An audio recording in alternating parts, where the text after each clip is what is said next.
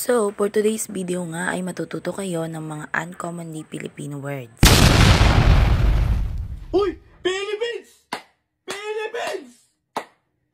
So, ang ating first word nga ay duyog, na kung sa Ingles ay solar eclipse.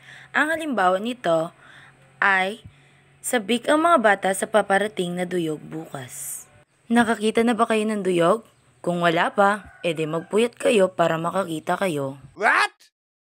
Mali! Charing. So, ang ating pangalawang word ay marahuyo o to be enchanted sa Ingles. Ang halimbawa naman ng word na ito ay marahuyo ako sa ganda ng kanyang tinig. Yeah! Ngayon naman ay dadako tayo sa pinakahuli nating word.